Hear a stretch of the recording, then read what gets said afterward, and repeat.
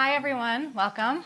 I'm Sarah Eisen from CNBC, and I'm very excited to be here with you today. And in our prep call, we determined that this was the most important panel here at Davos because these folks run some of the biggest commercial real estate companies in the world, and they are literally building a better future, which is what we're here to talk about here in Davos. So it is my honor and pleasure to introduce our panelists today. We've got Howard Lutnick, who is the chairman and CEO of Cantor Fitzgerald. He is also the chairman of Newmark, the commercial real estate company. We've got Natalie Paladichev, and she is the president and CEO of Ivanhoe Cambridge.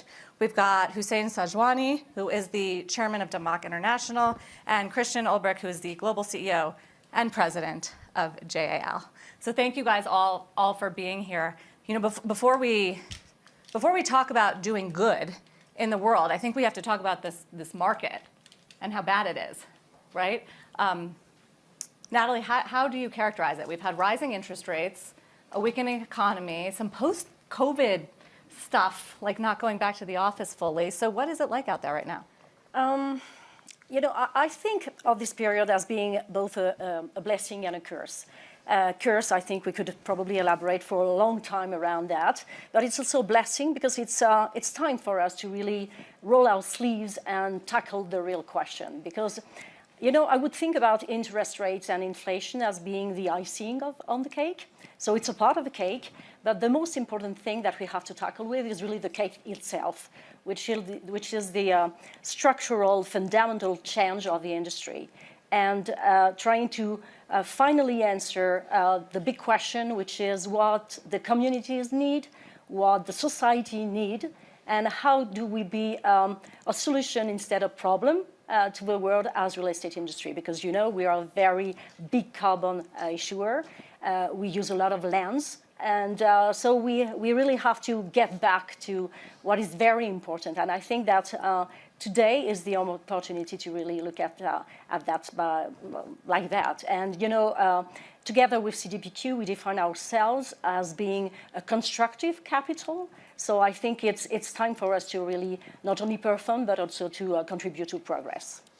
I like how you spin it into an opportunity and to sustainability. But Christian, what is it like out there as rates have risen and we have entered a sort of new economic cycle? What are deals getting done? Deals are getting done, but to a much lesser extent than they usually get done. Yeah. There's still price discovery out there. Depends a little bit which markets you are, but we are pretty much everywhere. So the US is pretty radical. So transaction volumes went down very significantly, and it continued in December on that journey to price discovery, but also on that journey to agree where interest rates will come to a halt, because that's very relevant, obviously, for the pricing of real estate. And you have pretty much the same picture, not quite as radical in Europe, but we also have really bright spots. I mean, the Middle East is still doing extremely well. India is doing extremely well. So it's not, the world is flat, but it's not as flat in the real estate sector. Why is the Middle East doing better than some of the countries like in the US and Europe? In the Middle East, there are a few spots which are doing very well, not the entire Middle East, of course. Dubai has built a beautiful platform, as you know, over the years, and it's a place where people go because of weather, security, safety, taxes, and all other reasons. And I think COVID has helped Dubai tremendously because a lot of people discovered Dubai. Now, I have families and friends from Germany, from Europe, who moved into Dubai and very wealthy, and I ask, why? Why? Exactly, I asked his wife. I do not. You've been coming to Dubai for 8-10 years. Why suddenly? She goes, I brought the kids during COVID because one important thing, education was online, so they could bring the kids and spend 6 months in Dubai. And the kids love it. And, you know, the driver for that will be the wife and the kids, you know. So Florida and Dubai, those are the pandemic Exactly, winners? and Miami. I mean, we're doing a project in Miami. In Miami, you bought the Surfside, yes, the Surfside plot, yeah. that horrific building collapse. Yeah. And we're going to develop one of the high-end condos there. And a lot of people, I mean, he can tell you, from New York, from Boston, from California, moving to Miami, okay? Again, because of weather, how the Miami handled the COVID, taxes. And you can say Miami's been there for 40, 50, 60 years. Why now? People sometimes just need a reason or excuse, and they find out. Dubai's been there. But the influx of European coming to Dubai, I'm shocked, I'm amazed. And some very wealthy people, developers, worth $4, $5, $6 billion with businesses in New York and, US, Europe. And he says, no problem. I do 40% of my business on Zoom, MS line well connected, my family is safe, weather is nice, and I have very little taxes, if any. How many buildings do you have in Dubai? Oh, we have delivered 42,000 apartments so far, but the challenge is we have another 30,000 under development. So that's making. So you're doing well. Howard, how's the U.S. market for you? So the core stress is debt, right? So each time a building has a mortgage come due, and most people were pushing short-term mortgages over the last 3 years. So you got 50% of all debt coming due in the next 3 years. And they're just not going to get proceeds. So someone who had a $100 million loan on a building, when they go to roll that mortgage, they're not getting $100 million because the value has come down because interest rates have gone up. So the real key mover in commercial real estate is financing. And what happened is when interest rates were so low, everyone talks about the last crisis. Remember, the last crisis ultimately was great for real estate because it crushed interest rates, which drove real estate values up. Not so much right now. This is the opposite is true. So real estate has price discovery issues. It's got challenges, but it's all about can you find the debt? And what you're going to find is those who can place your debt and find your debt becomes so much more valuable because a year ago, it was nothing. It was easy. So that's the change that's upon us now. That's what's driving price discovery. And that's what's driving change. And so where inflation is, it's not in Asia. It's not the same in India. It's not the same in the Middle East. But it's the same in Europe. It's the same in Amsterdam. It's the same in New York. It's the same in Canada. And it's high. You guys are all talking about price discovery, which is a euphemism for lower prices, right? What's it worth? What are we talking about? Right, what's it worth? How much have prices fallen? Well, if a building was a 5 cap, which meant it was a 5% interest rate on net income, and it goes to a 7 cap, the building drops 35%. 35% in value. That's just math. It's just interest rate math. Natalie? If I may, I think that... No, we like the disagreement, and I love when all the competitors are on together. I don't think it's all across the board. So I think it's very important. And for once, we see something that we have completely forgotten over the last 10 years, probably. Over the last 10 years, everything had the same value everywhere. So you could invest in a good building in Shanghai or in New York, it would have been almost the same. Now we have to take into consideration risk more and to value risk. And what we do as investor is really the risk-return profile, like the perfect risk-return profile. So it's not just about the return, it's also about the risk. Much more, and that's why I think it's very important for us to have the right portfolio and to also assess the right assets. And what we see is that it's very different from one geography to the other, and what you have just listened to through our speeches is pretty clear, but also depending on the buildings themselves, which is also very different from what we used to see, where almost everything had the same value. And now, depending on the potential amount of capex you would have to do to address the regulation or just to address the needs of the next tenant, or the requirements of the next tenant, then it's going to be riskier. More, for me, it's not even a question of value, it's black or white. And then sometimes, even if you are ready to decrease the value, you just have no buyer at all, because you would not find the market. So I think it's not just about the decrease of the value or the increase in cap rates. It's really about this bifurcation that we talk a lot about. What's the riskiest part of the market right now? I would say the office? It's everything which is obsolete. Because, again, we have completely forgotten that. But the main risk in real estate, I think we agree on that, is obsolescence. And that's why we amortize the building, because we want to, fight the obsolescence. And old offices. Exactly. So old everything offices. which is new, old, sexy office, the rents have never been higher. Never been higher. What's a new, sexy office? What does that even mean? Free lunch? No. A brand new building. Yeah. Right? Beautiful brand new building, big glass, One Vanderbilt in New York. There's buildings in Dubai, there's buildings everywhere.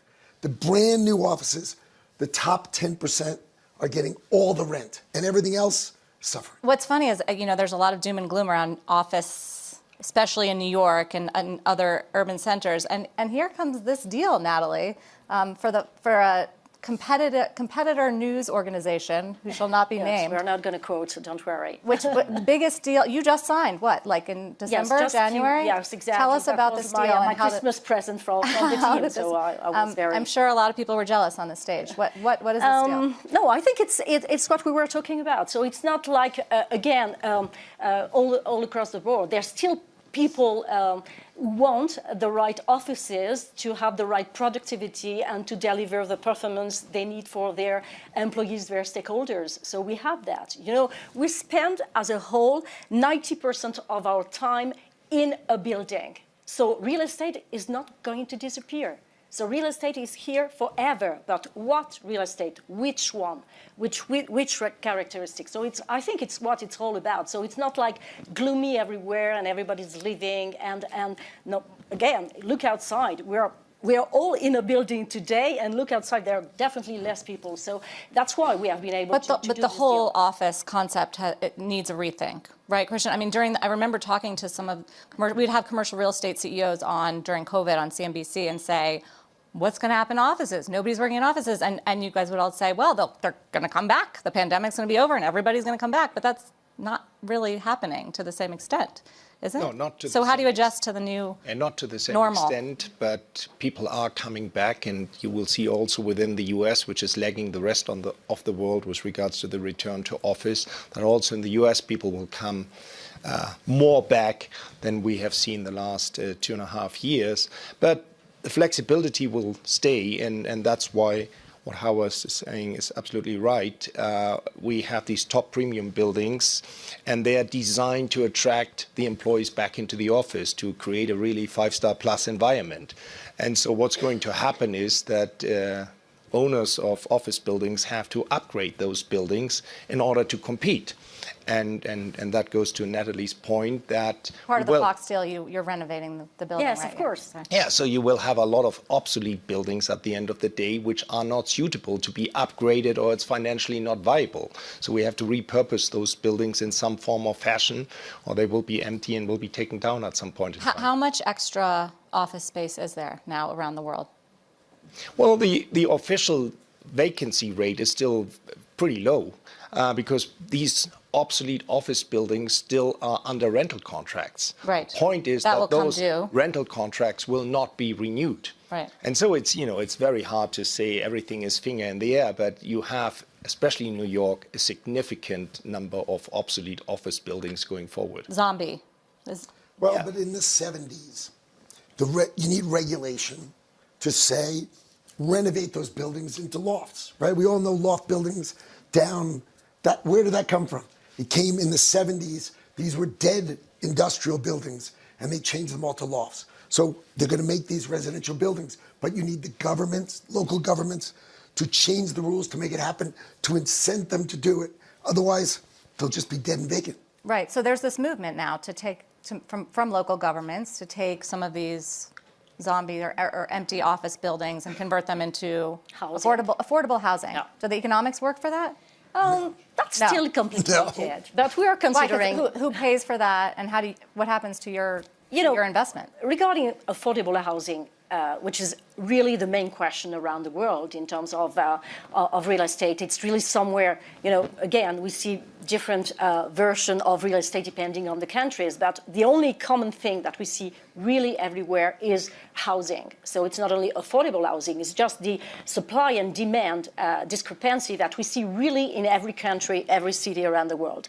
And the problem is that there is no just one recipe that we can replicate everywhere to solve the problem. It's really very depending from the local authorities, especially the mayor, who's in charge of that most of the time. And we have to have really, like, sometimes long relationships and conversations with those people to really convince them that it could be a win-win situation. We have this conversation ongoing in New York, so we got to see where it goes. Do they get it? Are they? I think so. I think, again, everybody in New is housing. So we are working on the math.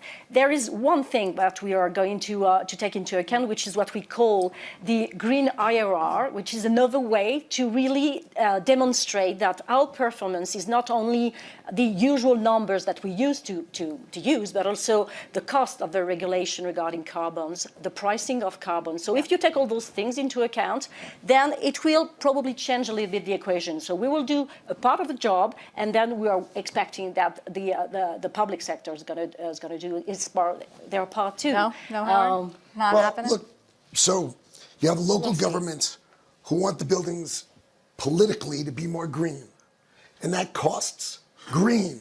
That just costs money. Yes. So then you're trying to put plumbing in, you're trying to make it low-income housing.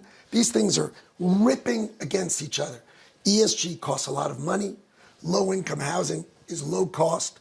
Who's paying the difference for the politicians? They're going to kill the buildings, and then they need to change to build the buildings for low-income housing. Low-income housing can't be green. It's got to be cheap. And that is deep conflict everywhere in the world. Every government is saying more green, more low-income housing, and you're watching that rip against each other, and it's very difficult. But it's less risk too. You know, in fact, affordable housing is very low risk, which is maybe counterintuitive for a lot of people, but that's true. So again, when you look at risk return, then you have to really make your math properly. Hussain, are you in the office space or only residential? We have some office space, but I give you an example to say his statement. In Dubai, Brookfield built brand new offices. They're renting at 280 dirham square feet.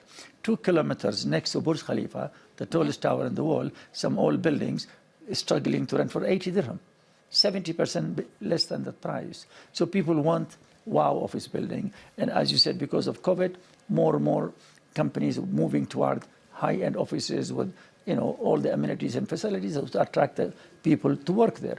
Otherwise, they'll jump to the next company where they have a better office space. So while we're on the topic of opportunities and where there's growth, office weak, but there are some places you're in data servers, right? You're investing in data servers. Yeah, what are the hot parts of the market? No, yeah, we gone into data centers. Data centers. That's building for the hyperscalers, But I think one of the things we have done, which is interesting, but in Dubai being a desert and being a new city, it's allowed to do that.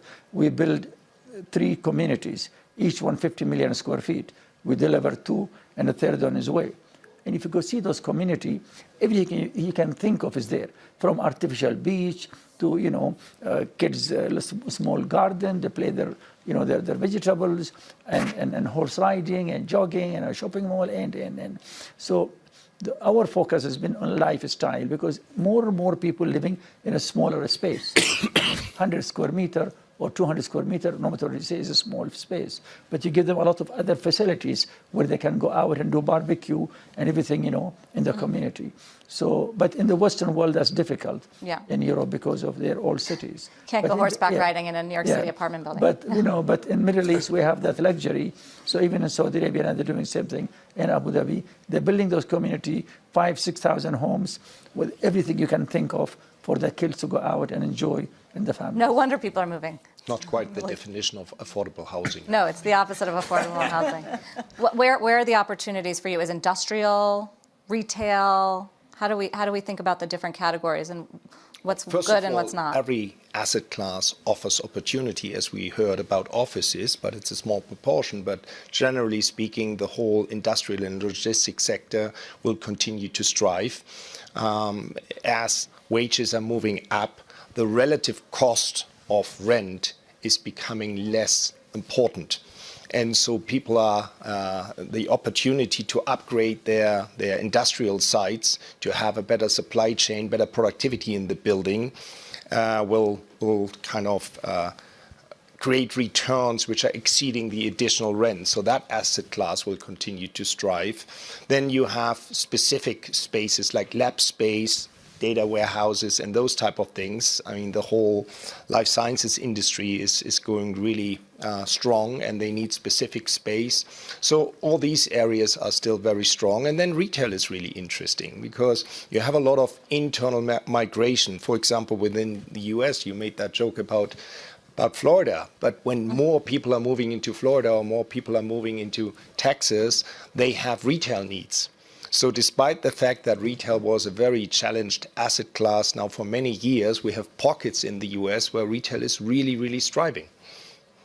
Yes, but what we can add to that, if I may, Christian, is that it's not just about the big cities like it used to be. You know, us as a big pension fund, we used to be very concentrated in maybe 10 cities around the globe, when today probably 80% of my properties are outside big cities, because industrial is really everywhere, residential is everywhere. So, you know, it's really different in the way we are looking at the market. And again, it's really related to what you said about lifestyle and neighborhood, and really understanding what a district needs, instead of just thinking about asset class like we used to think of, but more really the I would say the global equipment that the community is going to require, which is going to have a pieces of maybe last mile industrial, maybe a pieces of residential, including affordable housing, pieces of student housing. So all those things, it's like the big asset class are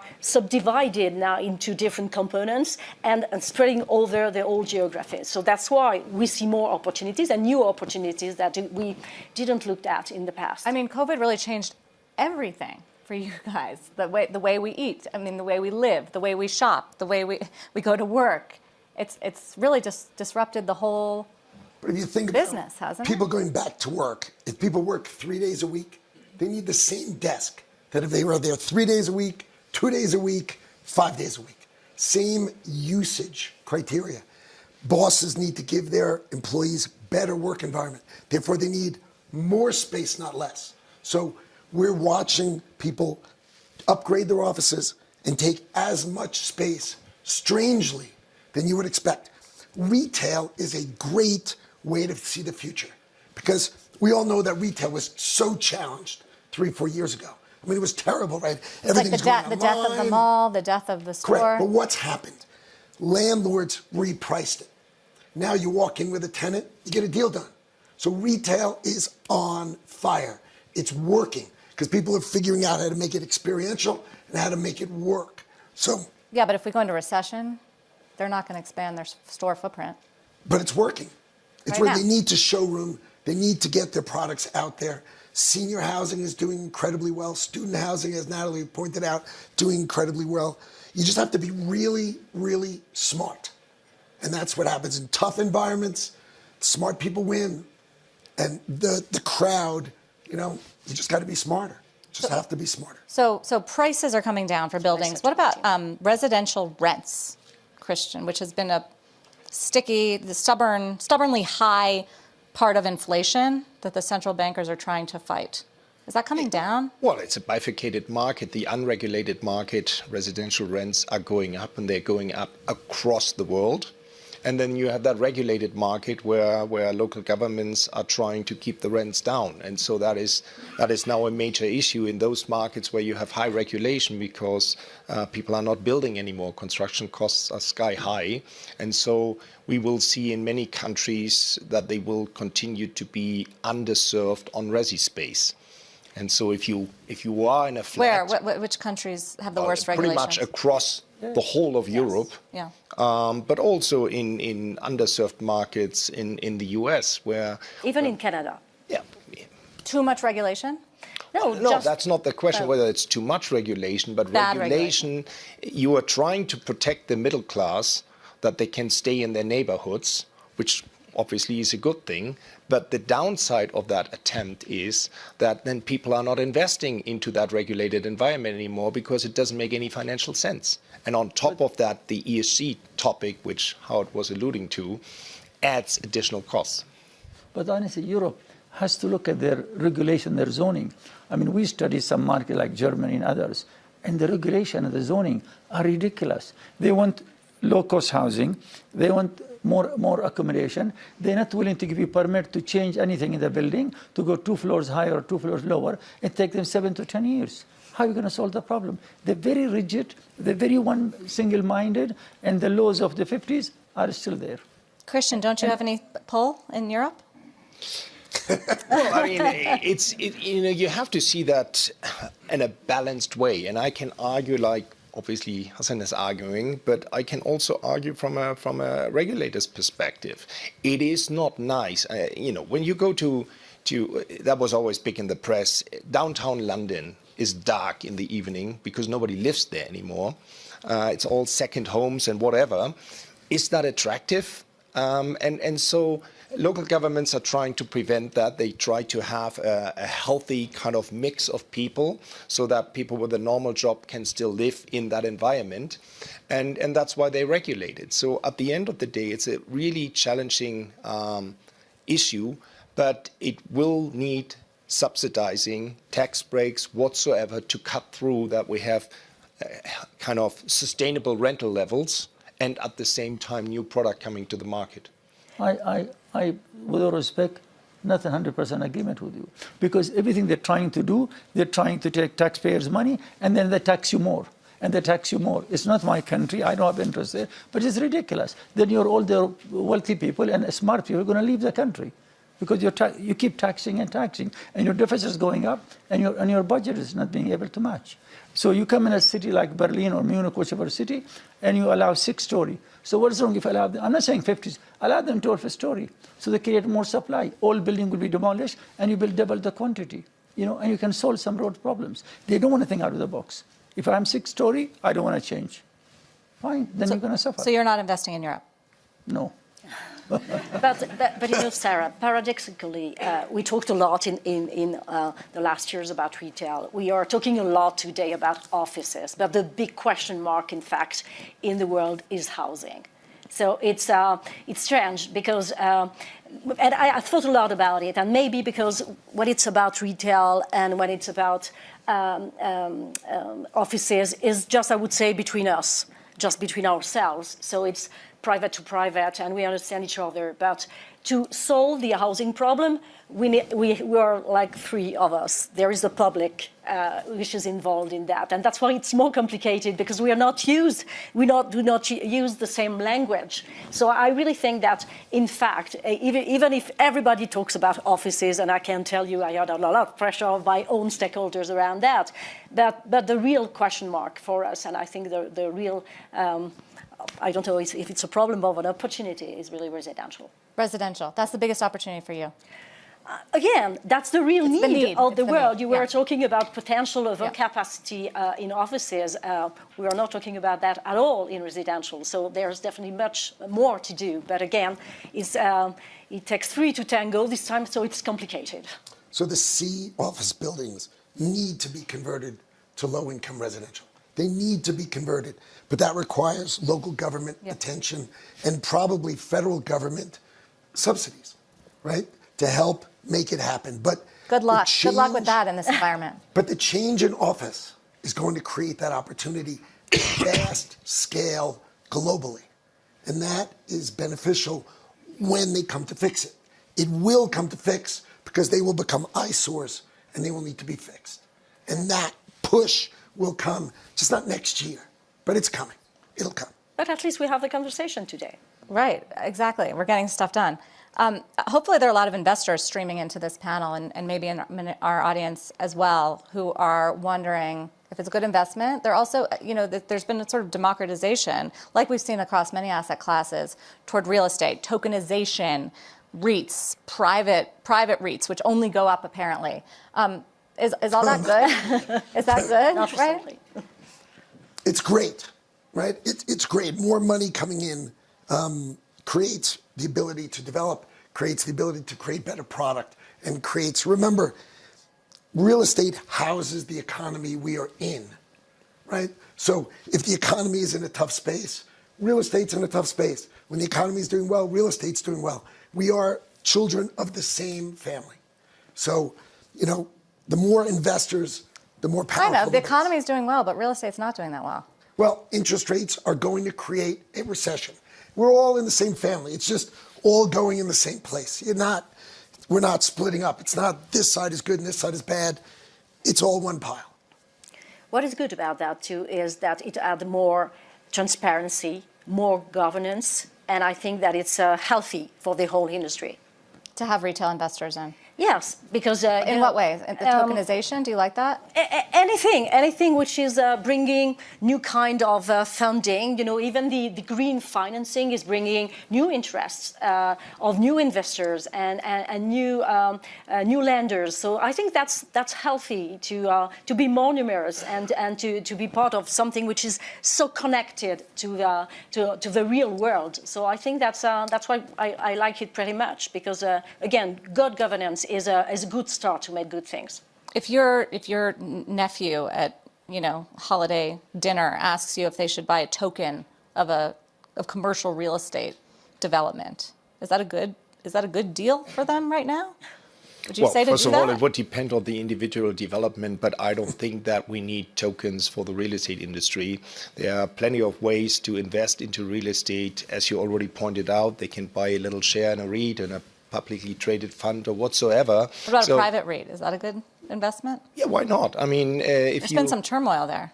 Yeah, in the most recent history, but we have seen that before. We will get out of it. What we shouldn't forget is for 10 years, owners of buildings had a free lunch because interest rates were coming down and values were going up. And so they didn't have to be creative, as Natalie pointed out, what you usually do. They just had to wait, and the buildings were getting more valuable. And that is now taken away. That free lunch is now taken away. As we know, there is no free lunch. And so let's look through into kind of the next 5 years. We will get out of that revaluation, that repricing, and then people who are able to work kind of creatively on buildings will create value. And if you are an investor into those kind of vehicles, you will make money. So I will then tell my nephew, yes, you can invest into that REIT. You would what kind of REIT would you tell them to buy right now? Well, I don't want to pick out a specific one, but again, if you are buying up the new price level into a well-managed office REIT in the US, why wouldn't you? Yeah, they're down 30% or so. Opportunity funds. So buildings that can't refinance, they go back to the lender. New equity needs to come in.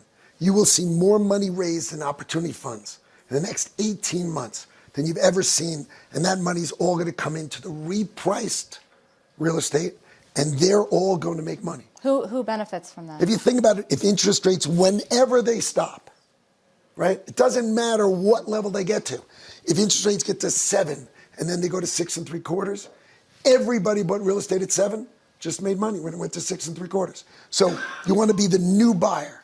People who bought 5 years ago with Christian free lunch, yeah, they have pain. But if you're going to buy tomorrow at the new price, I think you're a winner. Good time. You're a winner. And you're going to see more money raised for opportunity and distressed funds than anybody's ever seen. Hundreds of billions of dollars is going to come into real estate, but at the new price level.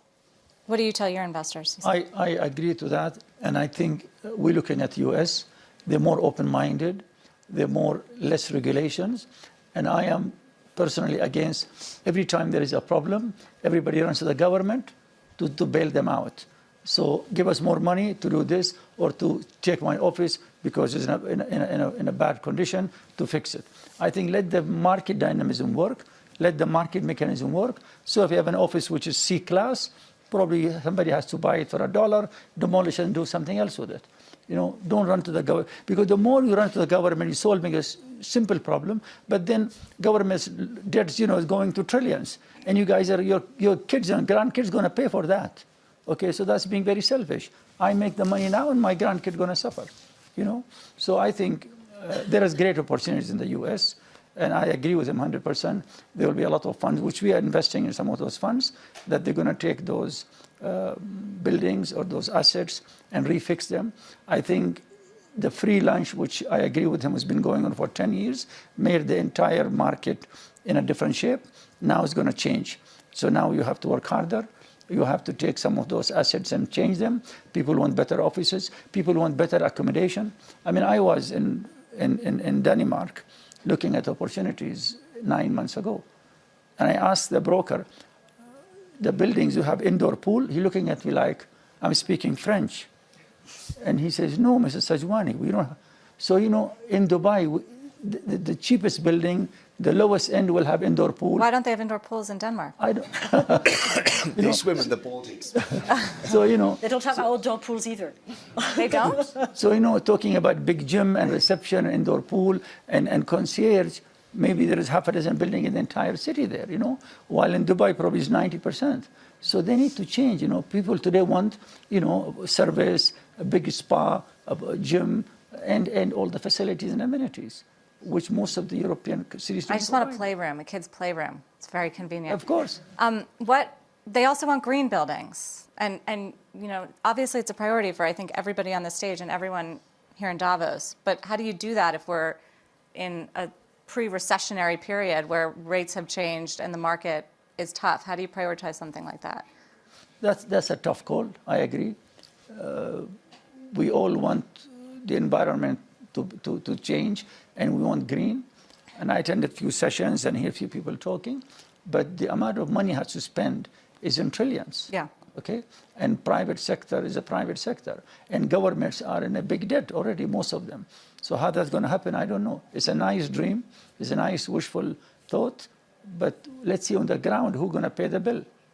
She's gonna Now pay. I would like to contradict. Okay, please. Green buildings for ground-up new construction is actually making money because the additional construction costs are minimal, and then you are saving over the life cycle of that building so much energy, and so your running cost, the operating cost of that buildings are very favorable. You will have cheaper refinancing, and you will need less equity for that financing. And so that is a given, and it's working really well. There are hundreds and thousands of examples which JLL can provide. What is the challenge is the repurposing of existing buildings. Right, that's costly. That is really expensive, and that is not easy to solve. That goes back to those stranded assets which need to be repurposed. For some of them it will work, for others it won't work, and so somebody has to write them down. And then, as you say, But they I will be agree with you 100%. I am not in disagreement. The new buildings, I agree with you, and the government should push for that, and regulators should push for that, and you can make money in it, okay? And even if you don't make same money, less money, I think regulators should push for that. The challenges and the old assets, Yes. you know, and the challenges beyond that, if you're talking about not the subject of this today conference, of the overall environment and how you're going to come from the, you know, the pollution coming from the refineries and oil and gas and so many other industries, and how you're going to be able to afford that. Those are trillions of dollars of bills. I know this is something you take very seriously. Sure, because, you know, what I know is that the best building for the planet is the building that you don't build. So we have to do something for the existing That's stock. the headline of the commercial real estate that's panel. very important. And we can't just get away from that and say, okay, I'm just building new things. But what I'm 100% agree upon what Christian just said. A few years ago, you would have said probably something different, Christian, that it was costly to make new green buildings. And finally, we have found some solutions to, instead of adding things, to just substitute some components of the building to make it immediately green, instead of making like what we did usually and adding again some new things to make it green. So it Like was what? really like repurposing the whole, the whole chain, the materials, the processes, everything. And now when we talk to an architect, then it's far different. The conversation is far different from what it used to be. So it's where I'm optimistic about the fact that there is a lot of people thinking about it, and including us, on the way we can convert and we can turn into green the brown stock that we have to face. Fortunately, we don't have so much within our portfolio because we are very privileged. We have been very selective in what we have chosen. But if we want to play our part toward the rest of the world, we would have probably to have a specific strategy to turn some brown assets into green. But again, it's not ready yet. That's true. But I'm optimistic if I look backward at what we used to say regarding the new buildings. So it's a lot about tech. It's a lot about materials, which is something which used to be far away from us. We were just dealing with numbers in an Excel sheet, us as investors. And now we have to be closer to the way the buildings are made and to the needs of the customers. So it's where I think the industry has changed so much. It used to be very B2B and very financial, and it's more than that now. So it's where I think it's very refreshing. Can you afford it? Can you afford to go green? Well, the Inflation Reduction Act in America gave lots and lots of tax credits and incentives. So now there's windows that tint, right? So they keep the sun out, they keep the heat down, they're very green. If you put them in, it costs 10% less than a regular window. So the incentives can get people to do it, but who's replacing the windows? I mean, you replace your windows every 40 years. So it's got to be a really brown building for you to do it. So it's tough math, but it'll get there, just not fast. You replace windows every 40 years? 40 years. Really? 30 years, 40 years. Okay. Yeah. I want to open it up to the audience if anybody has any questions in the few minutes that we have. Yes, please.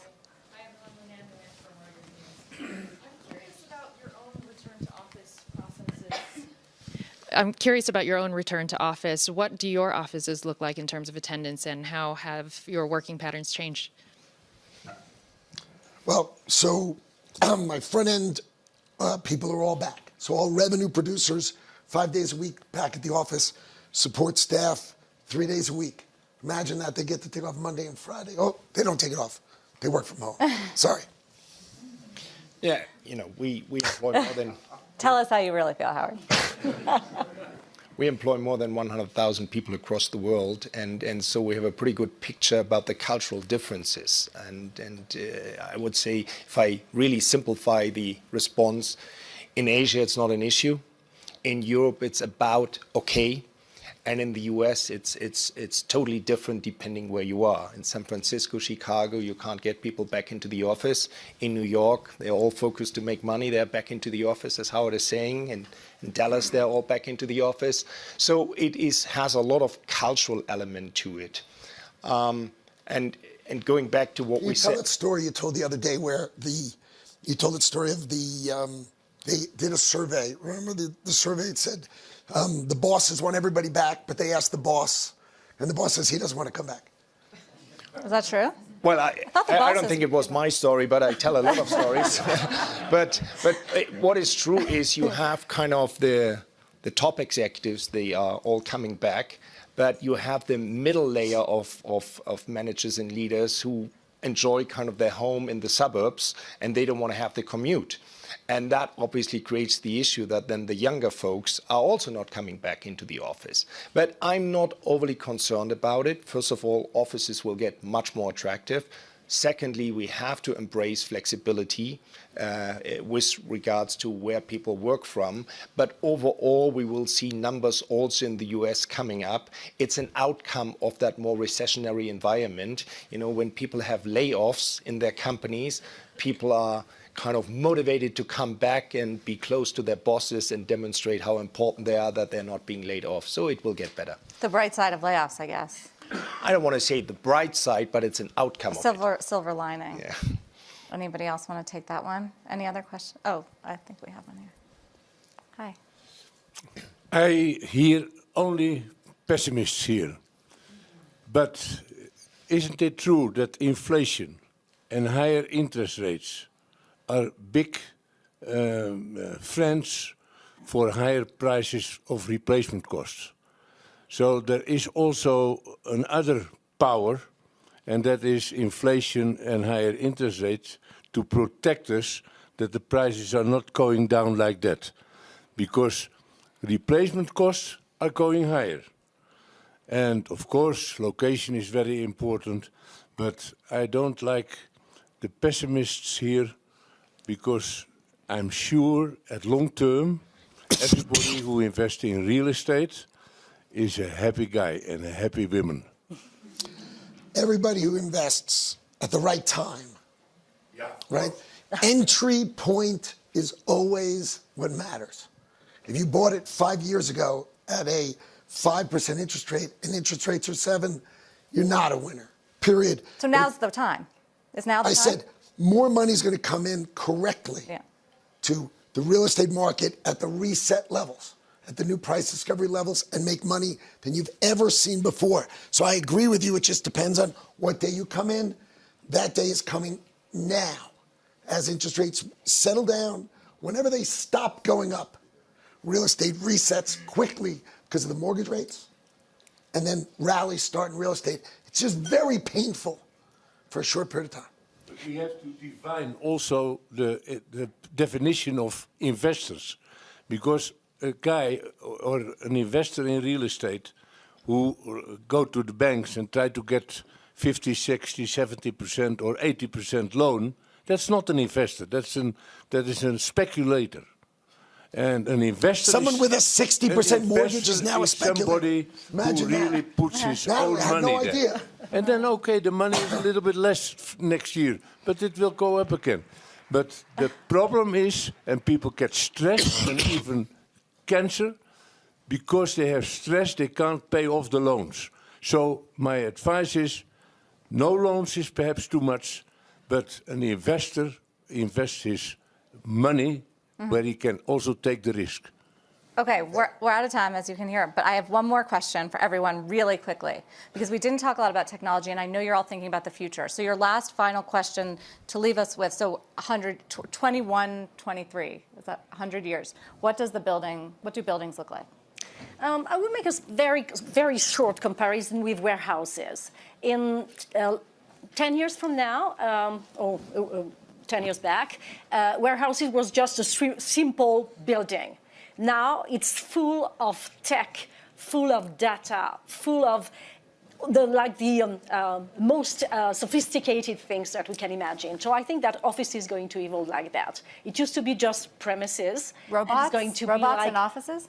I don't know, many new things that we don't know yet, but definitely just not only walls, floors, and ceilings, but more than that. And I think warehouses is probably a good guidance to where it could be. 100 years. Swimming pools in Europe? I think I'm more into residentials, and I think residentials will change, and there'll be more demand of, if not 10,000 community, at least 500 apartments with a lot of parks and exclusive area for those residences. People will end up same now living in a small space, but they want a common space where they and their kids and their families can enjoy, and that will be the demand on those areas, I think. 100 years. Yeah, first of all, I think it's the wrong question. We didn't know on February 20th what would happen on February 24th. So 100 years is a long time. But you have to be envisioning buildings of the I'm future. trying to respond. You have a better view than we do, than I do. Buildings are a massive source of data because in large office buildings, hundreds and thousands of people are walking into that building. You see how they move in the building. You see what they're doing in the building. We don't have to wait 100 years but to see that we will take all that data in and learn from that data, create better buildings, better productivity in the buildings. The buildings will be operated fully digitally. And so the real estate industry has been massively behind technology, and now it's catching up at lightning speed. And so we will see buildings being the place of a digital, data-driven environment in 10, 15 years from now, not in 100 years from now. Modular. It's all going to snap together. You'll be able to put all the technology together. You can run pipes through it. You're just going to bang it out together. The cost is going to relentlessly come down in factories where they're going to integrate it all the technology, all the power, everything. They'll all be solar. They'll all have the proper windows. They'll have reasonable size, reasonable scope. They'll be able to be defined by computers, and they'll bang them out. It's going to be just fundamentally the construction industry will completely change. There you go. That's what I was looking for, and with the exclamation on the panel. Thank you all very much for taking the time. Thank you.